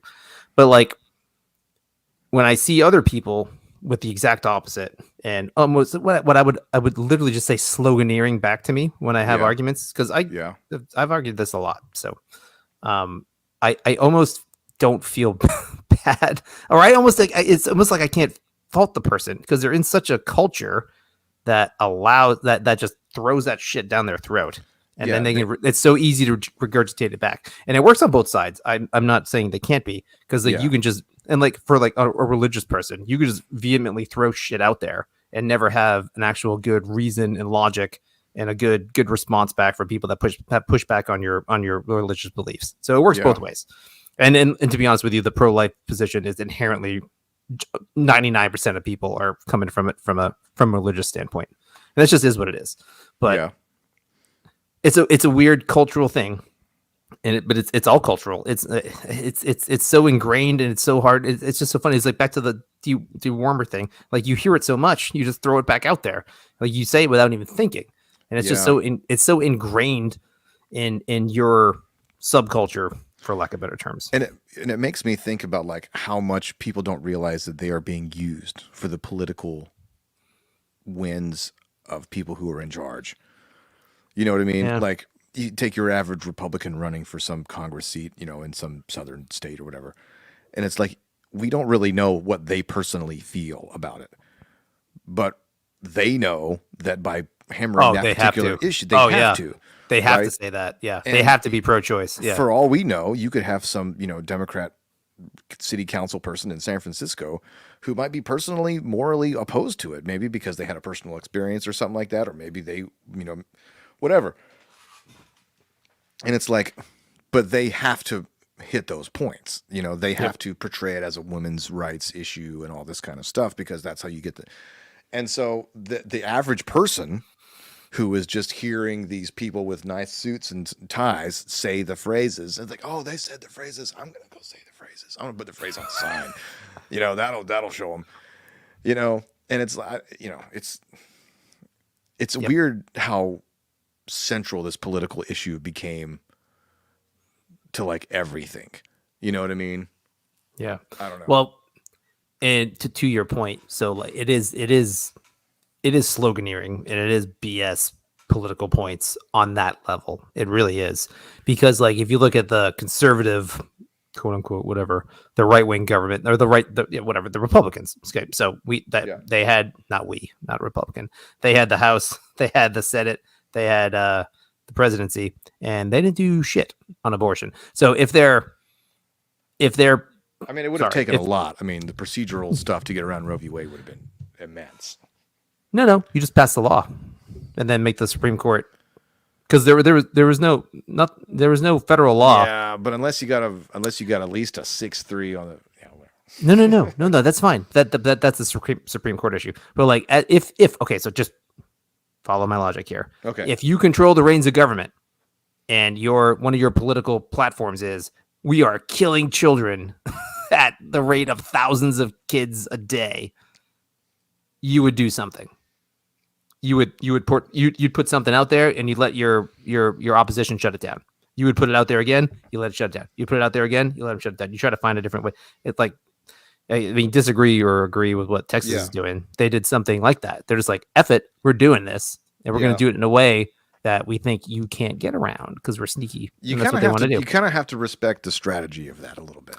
I mean, well, the constant push, yes. So we can get to that, but all I'm saying is that's how you know they're full of shit, because they didn't do it, or they and a vast majority of them will use that in their platform, and then they won't make good on what they stand for. Yeah, it's a. But then respect, but no, fine enough. Yeah. Again, shit, we're gonna get into it, but that's okay. No, we can get into it. Like, yeah, but like the strategy, like, what do you mean respect the strategy? Like the constant push, or no, I respect the I mean, when I heard about what they were doing, where it's like, no, the way to get around it though, is that they can't strike it down because it's not a government employee and it's actually private citizens. I'm like, all right, points for creativity. You know, creativity, yeah. I'm like, A for effort. Now, you realize that you've brought open a whole other can of worms where a private citizen is suing another private citizen for. I mean, that's what? Insane. Yep. Like, but or you flip the tables for some other contentious issue, and just be like, okay, well, no, we're gonna pass a law that, like, if I think you're guilty of like systematic racism or something like that. It's the ultimate Karen law, because the whole point of the Karen is that, like, you're offended for somebody else. So you could just sit outside of Starbucks and wait for them to be rude to somebody who's a minority of some sort. Yep. And then you can be like, and you get on your thing and you're writing emails. I got my cell phone video right here, officer. Your Honor, I took the video in Starbucks. He was obviously being microaggressing against this barista. Yeah. No, I don't know how that's going to work, but I don't know how it's going to work either. I mean, it is like the ultimate tattletale law. I think, to me, what frustrates me about the issue is that, like, you know, the reason I'm a pro-life person is because I would be, not being a scientist and not being a neurologist, I would be like, making that choice? Oh, God, how am I supposed to know? Like, I don't want to take the chance that it's like, if there's even a chance, you know what I mean? It's like, sure. I was thinking about this the other day. It's like, say you're falling asleep at the wheel. You're on like I was driving through the mountains, and it's like you're on a windy mountain road, and somebody comes, and you swerve, and you see like somebody go like off the road in your rearview mirror, and then you just drive away. Like, you would be living with the question for the rest of your life. Did that person, are they at the bottom of a gorge? Like, or are they fine? Right. Yeah. Right. So it's like, you know, we do this all the time in public policy and laws and stuff like that. If there's a potential for harm, let's don't. Right. So, because I don't consider myself qualified to make some sort of grand philosophical statement, but like, if there's a chance, you know, but even beyond that though, is that, like, we have other things we can do. You know what I mean? It's like, we've known since the dawn of time that, like, you put that thing there and you do this stuff and then you got people. Like, we know you got the whizzy whamble and the wobble and the whizzy and the doobie, and it's like, that's not anything new. Right. I just can't wait. I want Cliff Notes on the sex talk you give to your kids. You got the thing and the jam that go. God. That gives me the horribles trying to think about that. But like, so, but beyond that, we've got science on our side. So it's like, you know, you can tell dudes, be like, hey, look, if you don't want to be crappy as a person, you can do X, Y, and Z mitigating things. And over here, as a girl, like, you can do X, Y, you can do A, B, and C. And like, maybe both sides do. It's like it's like it's just so frustrating because like they're all preventable. Well, Yeah. the vast majority. Vast majority. You know what I mean? And so it's like it frustrates me that like it just comes out of clear carelessness or an unwillingness to educate people about how science works and how biology functions. And it's just like if we could just think about how many we wouldn't even have to be having these discussions. You know, I saw somebody the other day like throw out some things like, oh, and they were coming at this from like an ultra lefty perspective, but it really made me think. It was like, okay, well, you want to start legislating other people's, but how about this? How about mandatory? Love this. Yep. Mandatory vasectomies for every male over the age of 17 or something like that. And then when you decide that you meet the right girl and you want to have a family, then you have it reversed. And I'm like, that's like, it's horrible because it's a but it's also kind of like, it's very poignant. Yep. You know what I mean? And it's like, maybe we as a culture, could we normalize that? You know what I mean? Well, like, I saw another what if one. somebody started a movement where it's like, encourage your, sons and younger brothers and younger cousins to get vasectomies. That's what responsible men do. You know what I mean? Right. Like it's weird and it's wild, but it's not that insane. I think it's easier probably to wrap it up or just not have sex. But I mean, that's a quick. Yes, quick. but people now, aren't however, going to do that. fair enough. That's like trying to teach abstinence in high school. So I think that's not an important thing. I mean, if you were to choose to do that, go for it. But like, I saw the same kind of the same kind of meme, just like, oh, so what? Are you going to tell me now that like a immigrant mother who has a baby in the womb in the United States, that person in the womb now inherently has United States citizenship? I'm like, yeah, sure, okay. And then the next one's like, oh, so you're telling me that like once a man impregnates a woman, he has to immediately start paying child support? I was like, yeah, okay, yeah, sure, yeah, right. Medical bills, you own that. You're part of that. You're that half. You did half of it. Sorry, you own it, or half. You own it. And then the other one's like, can you take out like insurance on your fetus? I was like, yeah, sure, why not? If someone will insure it, if someone will take your money to insure it, and then like there's an actuary table that will allow that to happen. Yes, why not? Of course, because it's still again getting into my personal opinion here. If you threaten people's personal, like you hit them in their wallet, people find ways of making it work. Absolutely. Think about how was it? I think Louis C.K. has this whole bit where it's like, imagine if murder was legal. Like we'd all be murdering, right? Like there would just be murder everywhere. Like, are any of us really that good that we wouldn't murder if we knew it was legal? Like, so it's just like think about how fast everybody was going if every highway was like the Autobahn. Like no, but the reason I set my cruise control at exactly 9 over the speed limit is because I don't want to pay $300. Yeah, but the Autobahn is a great example of where people do that. You can go as fast as you want. Is there within reason? Sure. Define certain parts of the Autobahn. Yeah, I know. Right, exactly. Yeah. Not like So, yeah, it's a human nature question. Like, so are people going to inherently bludgeon each other to death if you take the murder laws away? I don't think so, because like I don't know, but like just because the law is not there, it doesn't mean there's not consequences to murdering. You can still be held responsible. It was like a like a thing where, remember the not that you remember, but like it's a really famous like Ron Paul thing where he's in the Republican primaries, and like he said something about like someone's like, Congressman Paul, you want to legalize all drugs, you crazy son of a bitch? Like I think like Chris Wallace is like, he's like, well, yeah, we legalize all drugs like tomorrow, and everyone's like, boo. He's just like, wait a minute. Everyone in this room, he's like, are you telling me like if heroin's legal tomorrow, you're gonna do heroin? He's like, the only reason you don't do heroin is because it's illegal. And then everyone's like, oh, yeah. Like it's like, okay, so like it works both ways. Like, yeah, I see the pushback when people are like, well, if the law's not there, people there might be some people that would go murder people. Their only reason they're not doing it is because it's illegal. However, there is still consequences for doing harm to other people. So like in a society where murder's not legal, retributive justice, that's not the correct way to pronounce that, is going to happen. Sorry, that's just how it's going to go. But yeah, side point. Yeah, that's the whole the question surrounding law and order, right? I mean, it's like, say you wanted to lower the drinking age to 18, like you would have to you would have to look the way it would go in reality is that you'd be like, well, people should, if people can, join the military and vote, Yep. why can't they consume an alcoholic beverage? You know what I mean? And so, but then you would have to, sure enough, you'd be at some town hall meeting and some mother would be like, my son was killed, Yep. and then you'd have to look her in the eye and be like, yes, I think that the person who killed your son should be allowed to, but it's just like, Well, what they do you should do? be allowed to. Like, there's still consequences.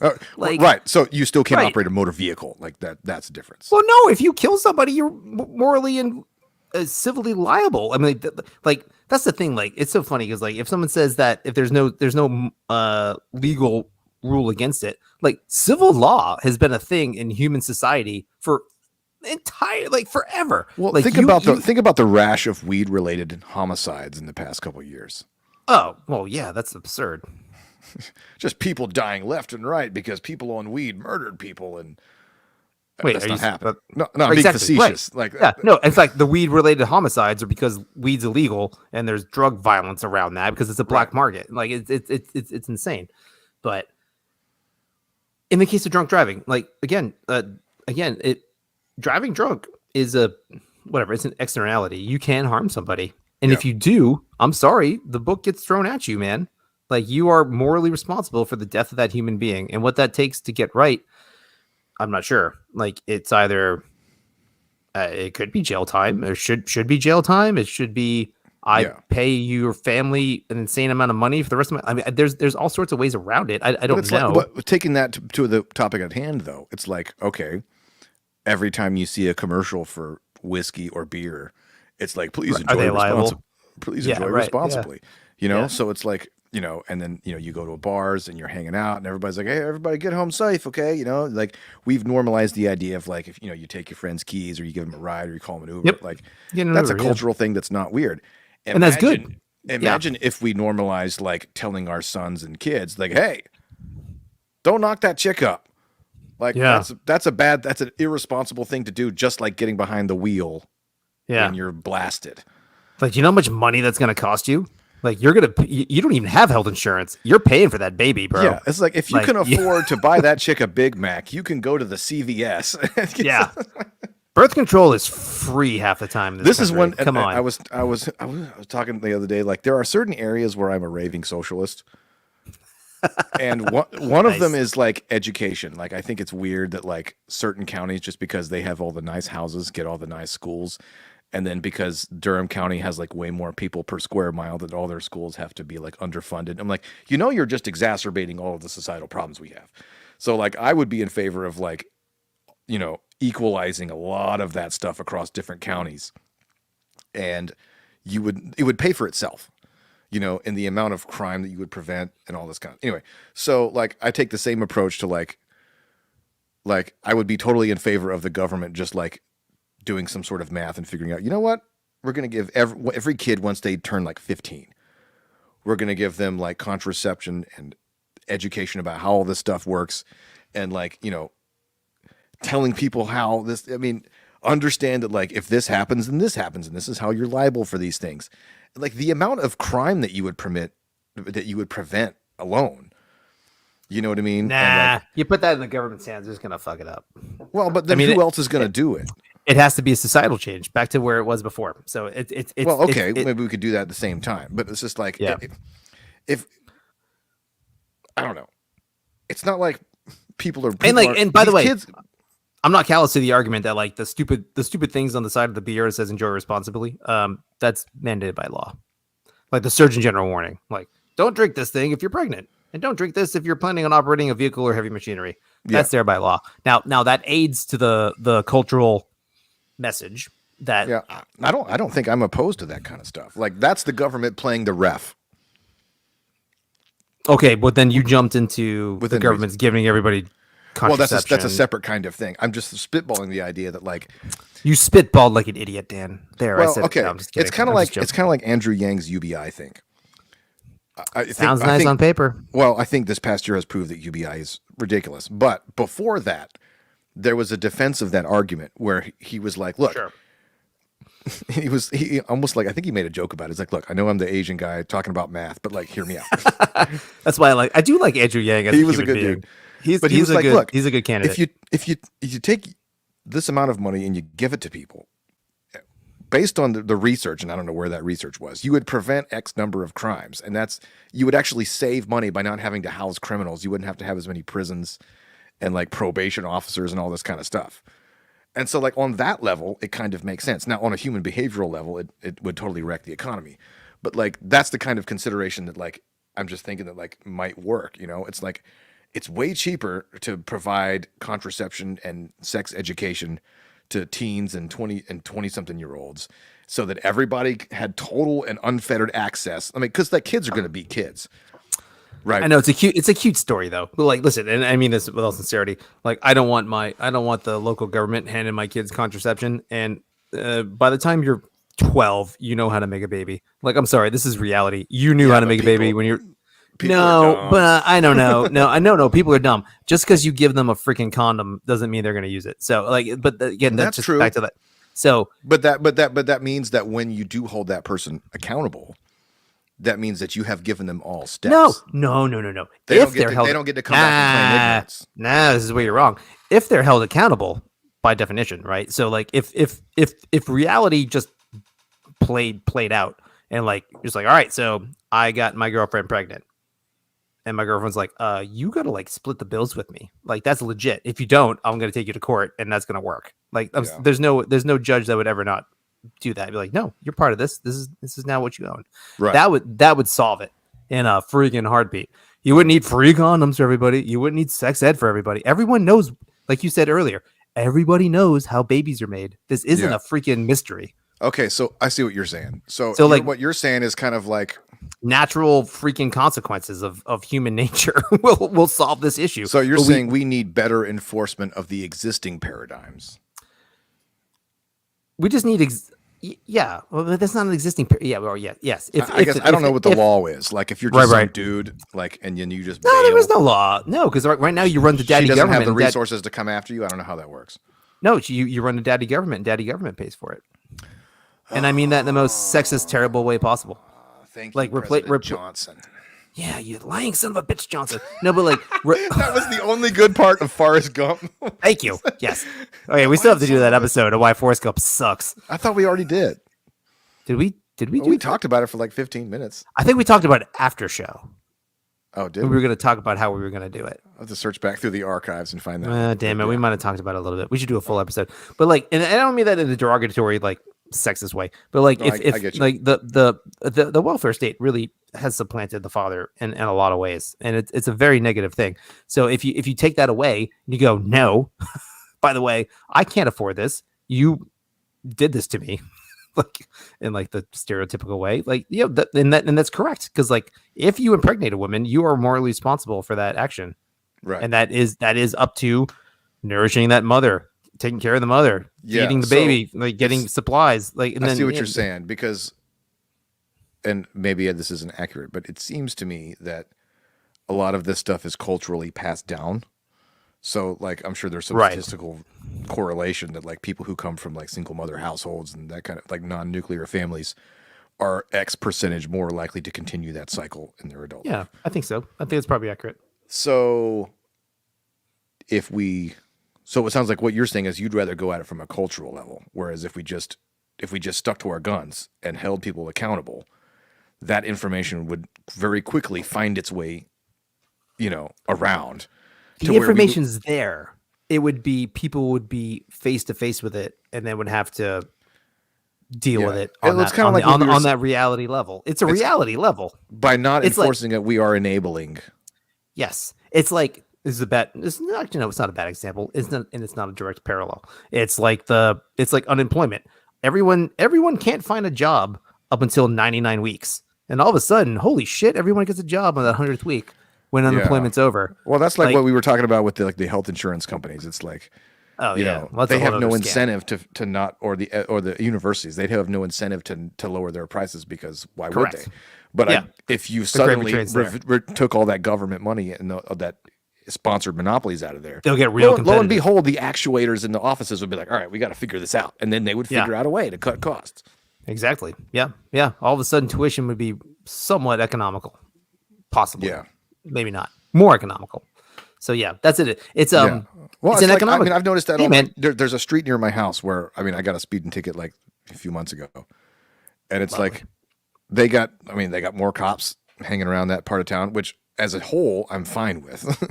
Sure. But it's like I've noticed everybody goes a lot closer to 45 now on that road. So you hit people in their wallet, it makes a difference.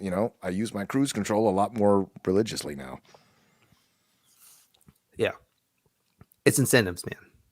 So yeah, that whole thing would allow us to sidestep some of these like ridiculously complicated philosophical issues, because the society is never going to agree on like what is a soul, like right. Yes. Yes. Are any of us Yes, qualified to make those totally answers? Right. So, but we can sidestep maybe not all of it, but qualified. 90. I can make that answer. I'm okay with that. I'm comfortable with stating that. But like, Well, okay.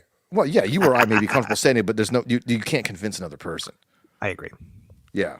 Yeah, no, so like so the best way to to incentivize a negative behavior is to let that behavior's consequences play out naturally. And not like by force. I have a hilarious off-air example of this that we'll talk about maybe sometime. Cool. And like just to tie it into like COVID stuff. And like I could see like as soon as I said that, my main immediate pushback would be like, well, what about like vaccine mandates? No, shitty, can't do that. The state can't do it. Now, if we were in a society and we had a pandemic that was around us, and everybody would not allow you into their building without being vaccinated, everybody would be vaccinated. Yeah, because you would have the incentive to do it, but also you'd have the cultural pressure that is appropriate. Like it's a thing. Like, but if you just say, I'm going to make a law, I'm going to make a rule, and this is what we're doing, you alienate a huge percentage of whoever you're laying on, and you just make shit worse. Well, that's like Second Amendment stuff too. Like, yeah, it was like a private business and you don't really like guns and don't want them in your place. Yeah, absolutely. Put a sign. Yeah, get the hell out of my store. That's your right. You have every right to do that. But if you extrapolate this, so this means people don't like guns. Oh, well, how about we just make a law? Like, hold on. That's right, different. Exactly. Because every totalitarian regime in the world has started out by de-arming their own. Yeah. Right. So just because something is a good idea doesn't mean we need to make laws about it. Very true. And man, I had this thing with like oh gosh, it was a church person one time at our old church. And like it was over the marriage like amendment in North Carolina. And I thought our church's position on it was really inappropriate because they took a very political position. So I pushed back on that and we ended up leaving the church. Not because like I agree with the heart of it, like from a Christian point of view, what marriage is and what it's not, but on a political position, I'm just like, no, you can't have like political rallies at the church and be like, go vote this way, go do that. We should have a whole thing about the tax exempt status of churches. I would love to have that conversation. That'd be interesting. Yeah, I'd be down with that. But then like as I was leaving, so I was talking to the pastors and one of the guys who's like, yeah, so this and this, I know where you're coming from. He's just like, even like abortion's like a really weird thing. I was like, wow. Oh wait, let's go down that route. I was like, yeah, so I'm in the same boat, dude. I was popcorn. Just like, all right. Yeah, no, but like it was just like a one-on-one. It was a one-on-one conversation kind of thing. And like, I was like, yeah, man. I was like, you can't legislate that stuff. I don't know how it works. I was like, so we're at the point where society accepts it. So what are you gonna do? You gonna brutalize people and throw them in jail? That you can do that. You can. But you're not doing yourself any favors in the long run. Like you have to make it work naturally, and you have to like influence the people around you, and you have to make that a cultural thing that society changes. Now, maybe society won't change. I don't know. I don't have an answer for that. But to use the blunt force of the state to get involved, it's wishy-washy. It's scary and it's weird. And abortion's a weird one because like from my position, it is killing somebody, killing an innocent person. You should be able to stop that. But like, I don't have a good answer. I don't have a good answer on that. People are rarely motivated to change their minds out of shame. You know what I mean? But then again, yes, true. But then again, even with the shenanigans in Texas, like if there's a couple babies saved, like that's a win. I'm okay with that. Yeah. Like, you know what I mean? I'm of two minds of it. And that's what they say about shutting down all the schools and all the Rona stuff. If we save just I know. one child. Yep. I'm with you. I get it. It's complex. It is Stupid right? complexity of life. I'm okay to. Why can't I'm everything okay. be easy? Yeah, freaking black and white. I don't know. So I can acknowledge that and still have my. It's a weird position to hold, especially as like a very anti-government person, but also a very pro-life person. It's a weird spot to be in. I don't know. But Yeah. Well, we have the advantage of not being in charge of literally anything except for our own families. this is true. Yep. Huh. Hey, we're at our normal limit here. Apparently, we're doing. This is the apex of our long-windedness. Is this the longest one we've done? It's got to be an hour and 40. Gosh, it's getting close. We're on like Tim Pool level of freaking shows. Everything's like 2 hours. Yeah. 3 hours. Not really. Okay. Well, I'm out of bourbon, so that means the show's over. I mean, I'm not out of bourbon. My glass is empty. There's more downstairs. I would have to go in the other room to get more. It would be just as awkward as talking about my dog's pee. Hey, let me say hi to people who said hi. Hey, Deanna. Sorry you're late. It's okay. It's okay, D. You're good. It's okay. And Diego said, yes, sounds good. Like 45 minutes ago. No idea what we were talking about. So thanks for commenting, guys. Wait. Okay. Oh, no. Who's Nicole? Oh, Nick. Wait. Let me get back to that. Dave, what's good in my throat? Good. You got my legs shaking. Nice. Travis, that was all in confidence. That was not supposed to come out. Nicole. Glad I caught the end. Nicole is my coffee dealer. She's That's an important friend. role. She does. She's my friend. She's nice. Good. She talks about the show. And she's like, your brother needs to get on your podcast. I was like, I don't think he's ever going to do that. He does his own thing. That would be interesting, though. Yeah, he's got his own stuff. But thank you for commenting, everybody. That might be some way that we could get Jeremy on here. Be like, Jeremy, we need you to come on, but you have to interview Jake.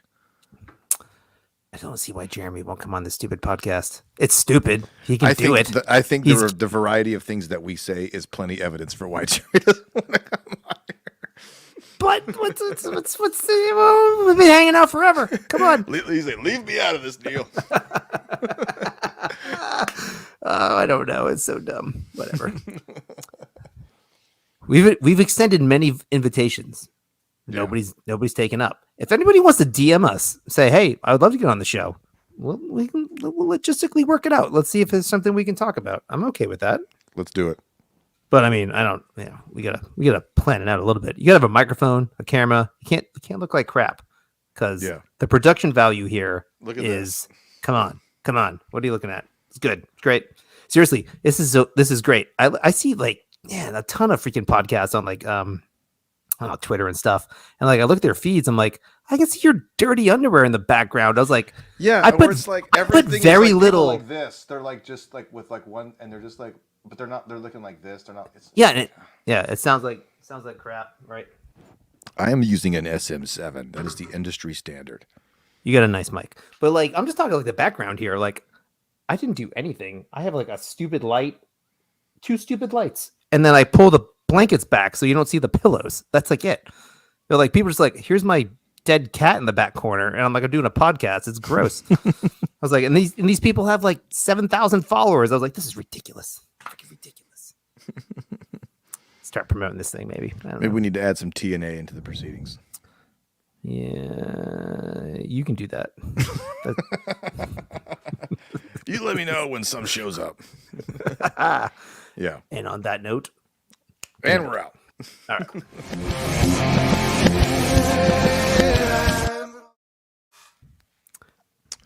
I mean, I'll see some Dan boobs if you want to show them. I'm just not